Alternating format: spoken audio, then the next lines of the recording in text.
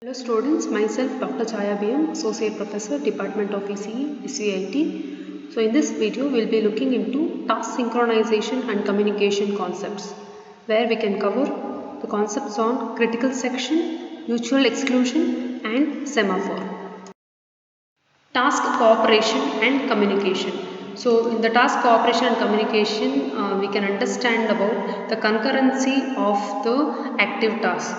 So in real-time systems, tasks are designed in such a way that there is a communication between the task and cooperation between the tasks, which means that the synchronization of the activities have been properly maintained in order to serve the requirements of the user. In multitasking operating systems, it allows sharing of resources between several concurrently active tasks. But there are some resources which are restricted to only one task at a time. Critical region is nothing but a code. So, wherever there is a restriction in use of resources such as updating files, updating tables, files and so on. So these can be some of the resources. Basically when I say critical region, it is nothing but a code for each process where process may be changing its table, files and so on. So when one process is executing in a critical section, when one process is executing in a critical section or critical region all are same, no other process is to be allowed,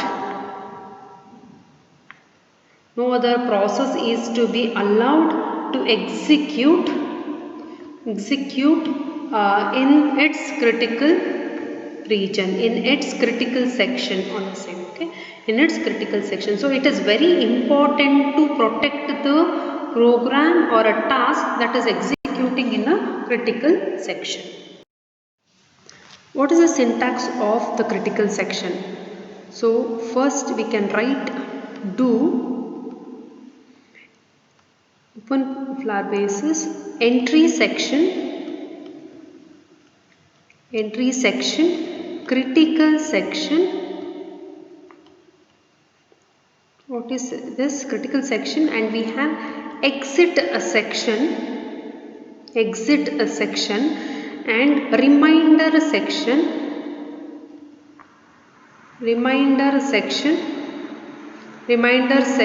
and close bracket while true.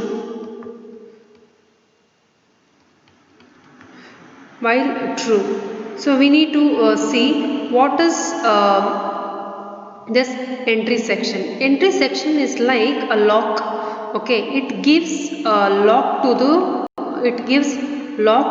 to a process.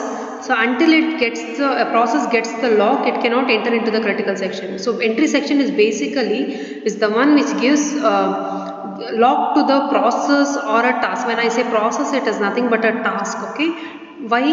To enter into the critical section, to enter inside critical section,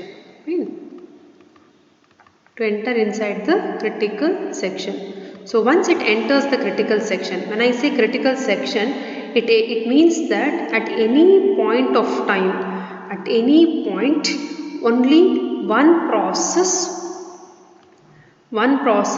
can execute in this section. At any point of time, only one process can execute in this section.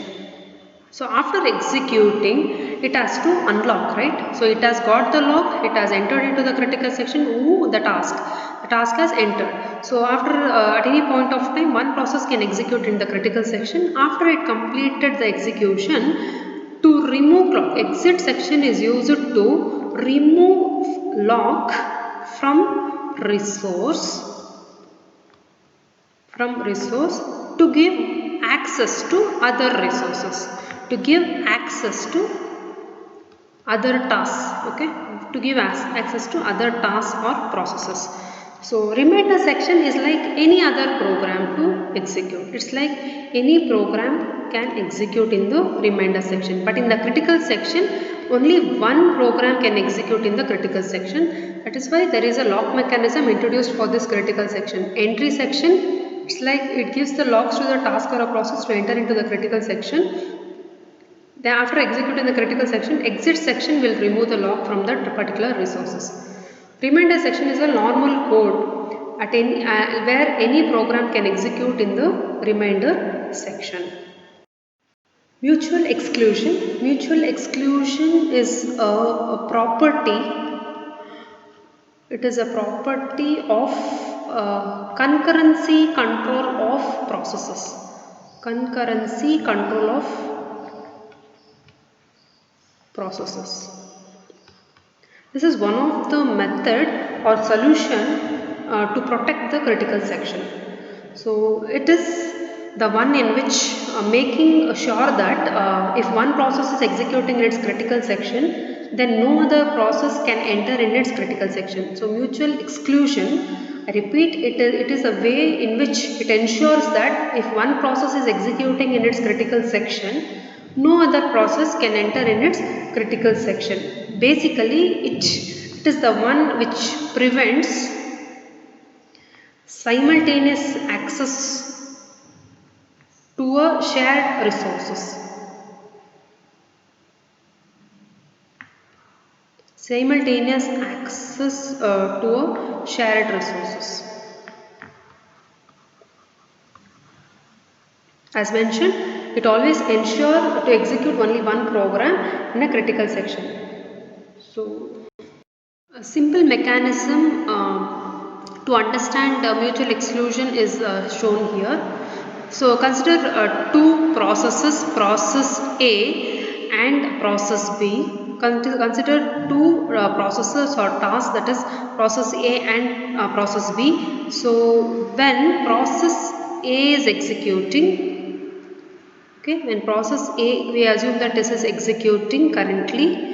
So while if process wants to execute, it cannot access. So consider this as time t1. So this is time t1, okay, and this is t2. So if you assume that this is the point where A enters in critical region at T1. At T2, if B attempts to enter, if B attempts to enter CR, it cannot be entered because critical region is protected. So it is being protected and it is executing. So now this, after the completion of this execution at T3 it completes, and now task B can access. So now task B can run. Okay. So till then you can observe that till this point. So if B has attempted to enter at T2, but it will not get the service. Between T2 and T3, B will be blocked. B will be blocked. Okay. At T4, maybe at T3, now we can see that A is executed and it leaves the critical region. After it leaves, B can take over the critical region. So now at this point we can write that B enters critical region at T4. At T4, maybe if this is a T4th position, B executes completely and leaves CR. This is the common mechanism to understand mutual exclusion. In this, you can see that it is a property of concurrency control of the processes. If process A is executing, while it is executing, if any other process B wants to access the critical region, it will not allow to use. So until then, process B will be blocked. So after the execution of A only, it gives the critical region to B.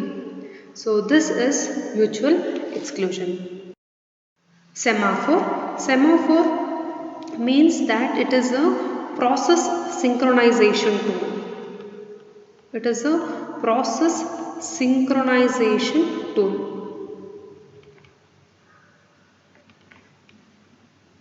Okay, and it is a way of achieving the mutual exclusion. Semaphores are basically used, and this will ensure that process enters the critical section in a mutually exclusive way. Process enters critical section or critical region in a mutually exclusive way. Okay. So basically there are two types of semaphores. First is simply if we consider a binary semaphore. So there are binary semaphore has two values. It is a condition flag with two values. If I consider binary semaphore to be S, if S is equal to 1, it means that resource is available and task can proceed. S is equal to 0 means that resource is unavailable and task must wait. So semaphore, we can understand a binary semaphore concept. It is nothing but a conditional flag where it gives the information about resource availability. It gives the information about resource availability. We have two flags, that is S is equal to 0 and S is equal to 1. If S is equal to 0, it means that resource is unavailable, task must wait. If it is equal to 1, it means that resource is available and task can proceed. The three permissible operations of semaphore are initialize, secure and release. So what do you mean by initializing? Suppose if S is a binary semaphore, okay, V is integer. So it can have values of V can be 0 or 1. If it is a binary semaphore, it can only have two values, two integer values, that is 0 or 1. This is the way of initializing the semaphore. So securing of S. How to secure this binary semaphore? Securing means that S is equal to 0. If S is equal to 1, make it S is equal to 0. So when S is equal to 0, it means that task has secured its resources, or task has secured the resources. So while it has secured the resource, then other task has to wait. Release of S means that S is equal to 1. If S is equal to 0, make S is equal to 1. That is, after using or complete usage of the resource, resources, release the resources by making it 1. So it means that any other task can use the resources. Basically there are three permissible operations as noted here. The first one is the initializing, secure and release. So S is equal to, we are just giving a name to be S, binary semaphore label to be S. It can be any variable where since it is a binary semaphore, it has two values, that is 0 and 1. Then how to secure this resources using a semaphore? Secure of S means that if S is equal to 1, make S is equal to 0. When the value of S is equal to 0, it means that task has secured the resource, and since it has secured, any other task which is attempting to access the same resource has to wait. So after the complete usage, it has to release the resource. So the third permissible operation is release of S. That means make it 1. After complete usage of resources, any other task can use the resource. Mutual exclusion using binary semaphore. So in this we can see that how binary semaphore is used to attempt at mutual exclusion when many tasks attempt to use the same resource, that is printer. So initialize the semaphore, that is printer access is a semaphore. Initially the value will become 1 because there is no other task which is attempting to access the printer resource. Here we are taking example of using the printer resource. In the step 2, task A is active secure printer access. It means that task A wants to secure the position of the printer resource. So hence now the value will become 0. Wherever there is secure, it means that, so by making it 0, it secures the position of that resource. It means that it says that now I have got this resource. So now while task A is running, task B also wants to attempt to secure its position. Task B will inform task A that after task A is run, task B wants to run. So hence the value will still become 0 while it is securing. Task A will be in suspended queue. So it says that task B is now placed in a queue because now task A and task B both wants to use the printer resource. So we can see that task C also wants to attempt and use the printer resource, and now there will be 3 tasks in a queue, that is task A, this is task B and task C. All 3 wants to access the printer resource. In the step 5 we can see that task A is run first and then task B and C will be in the queue. Again task B run and task C will be in the queue. So task A first it will run. So 2 are left out, that is task B and task C. Next task B is run, so C is in the queue. So in the 7th step it says that task C also runs. The now value which was 0 after task C is run completely, the value will become 1. The semaphore value will be 1. It means that all the 3 tasks have completed its execution by using the printer resource. Now since the value is 1, it means that printer is available to any other task. Thank you.